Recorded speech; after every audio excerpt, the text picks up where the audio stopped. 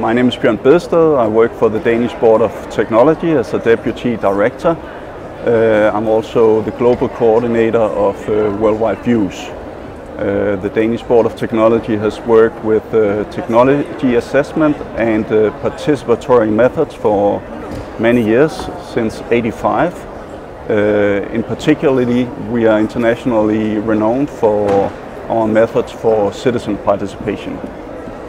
Climate and energy? Yes.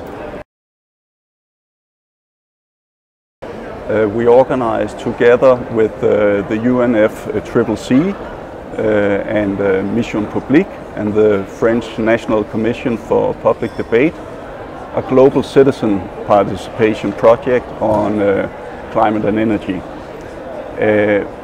The idea was to engage citizens all over the world in giving their views on the policy issues to be negotiated at the COP. So what we did in Worldwide Views is that we worked with partners in what we call the Worldwide Views Alliance all over the world. Each of those partners organized a citizen consultation in their country, following the same guidelines that we developed, answering the same set of questions and receiving the same information material. So this material delivered facts about the negotiations, but also different opinions on the different policies that were being negotiated. So on the same day, on June 6, 2015, around 10,000 citizens convened around the world, at least 100 in each country. So they went through the same process on that day, sitting in groups and discussing a set of issues. After deliberating, they voted individually, and the results were then immediately uploaded to a web page where you can compare the opinion of citizens around the world, one country to another, different economic groupings to another. And the results were then presented at press conferences with Christiana Figueres in Bonn, at the UN General Assembly, to the negotiation groups, at the Bonn negotiations, to media, at the COP in Paris, and so on. I mean, the results show a quite interesting trend in that citizens from the north and south more or less agree on all issues. So, for example, to a question of do you want your country to reduce emissions even if others don't? A vast majority of citizens answered yes, and that included countries also in poor regions of the world. So everyone agrees that something should be done. Another answer or another question was that I think it's around 80% of citizens worldwide see measures to fight climate change as an opportunity to improve the quality of life and not as a threat to the quality of life. And that tells us that this whole narrative of seeing the transition as an opportunity has won around the world, and this is important information for the politicians.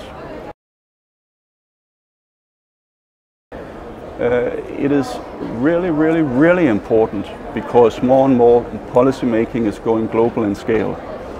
At the national level and some regional levels, you have different policy mechanisms for including citizens in policy making. At the moment, you don't have any at the global negotiation level. You have NGOs, you have stakeholders, businesses, and so on. They have found ways to interact with the negotiations, but there are no mechanisms in place to facilitate a dialogue with ordinary citizens about the policies to be implemented. There's an article in the convention, Article 6, talking about awareness, education and participation. But the way it's been implemented in practice is mainly through stakeholder involvement.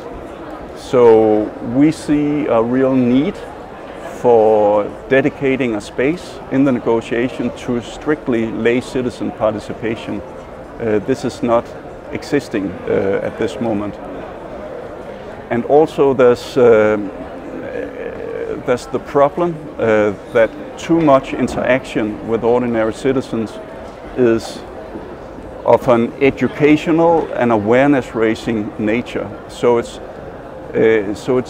in many ways it is lecturing. But what is lacking, we think, is also to let citizens themselves be involved in a dialogue about what should happen. We have now talked with the UNFCCC about continuing our collaboration, and we are hoping to be able to organize a new worldwide views in 2018 on the NDCs called Worldwide Views on Climate Contributions. So what we would like is for citizens around the world to have a clear understanding of what are the NDCs that are being submitted from their country and what do they think about those. What do they think about the level of ambition, giving them the opportunity to compare their country's ambition with other countries and other countries in the same income group, in the same region and so on, and then give some input to their politicians about what they think is a fair level of ambition.